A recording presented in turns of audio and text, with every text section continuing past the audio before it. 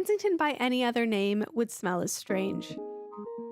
From the wafting nag champa to the pungent salt cod, the cocktail of smells hits you first.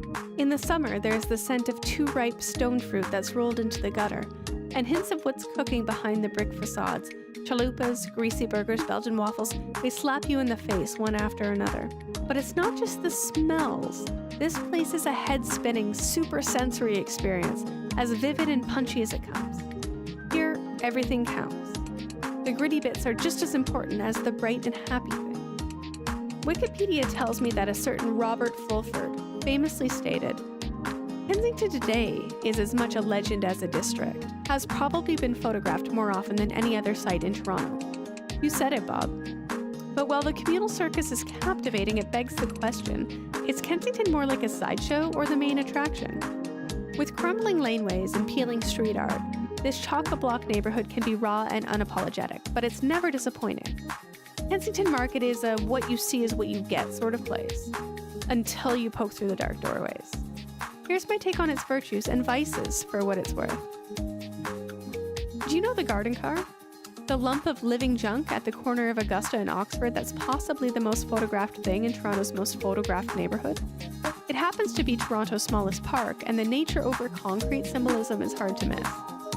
Once, people had to physically feed the meter to keep it there.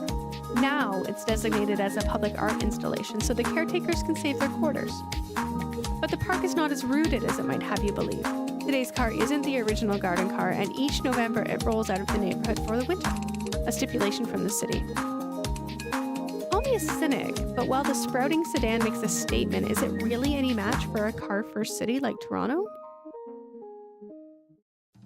In Toronto, cars, people, and bikes are always jostling for space.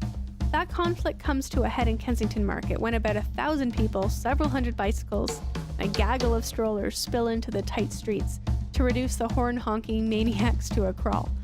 I say let them crawl. I applaud anyone who cycles through the terrifying gauntlet that is Toronto's core, because the cars around here tend to take over. Pedestrian Sundays are when they finally take a backseat to people, but while these summer days sans autos are fun, they also serve as a reminder that carefree walking is a treat rather than a right. I'd argue that the free living and free moving, the sheer freedom of Kensington should force cars to compensate every day, to go a few blocks out of their way and let the people beat their drums and hawk their wares in peace. With a little more asphalt to tread, we could all get where we're going, buy what we're seeking, and generally coexist more gently in this little space. Vintage clothing stores in Kensington Market go together like peanut butter and jelly. I used to visit the Victorian row houses on Kensington Avenue as a teenager to curate a carefully undone look, as was the style, and linger in the musty rooms. Many of those leather and polyester-clad shops are still there today, but there are some new kids on the block, and they come from money. Bungalow sits at the north end of Augusta, and it's put a shiny new face to vintage. As Toronto real estate grows more precious and rents edge up, there's less room for dead stock and silver bangles and more room for teak consoles. Vintage shopping here, like in other neighborhoods, is slipping into the mid-century modern zeitgeist nicely. Although it's easy to scowl at the rise of pricey kitsch, one wonderful market feature has come of our hard flirtation with the atomic age, and that's cosmic treats. This isn't just another vegan cafe. They put their money where their mouth is, serving up some of the best cake and crumbly delights in the city with a cutesy malt shop vibe. Don't believe me? Try a slice of the chocolate peanut butter cheesecake and call me in the morning. This cake has changed lives. It's enough to keep me fighting the crowds, dodging the cars, and holding my breath past the fish stands. But who's kidding who? Whatever the future brings to the neighborhood, there will always be a reason to take a detour down Augusta, cut through Bellevue Park, and loiter in the glow of Kensington Marketness.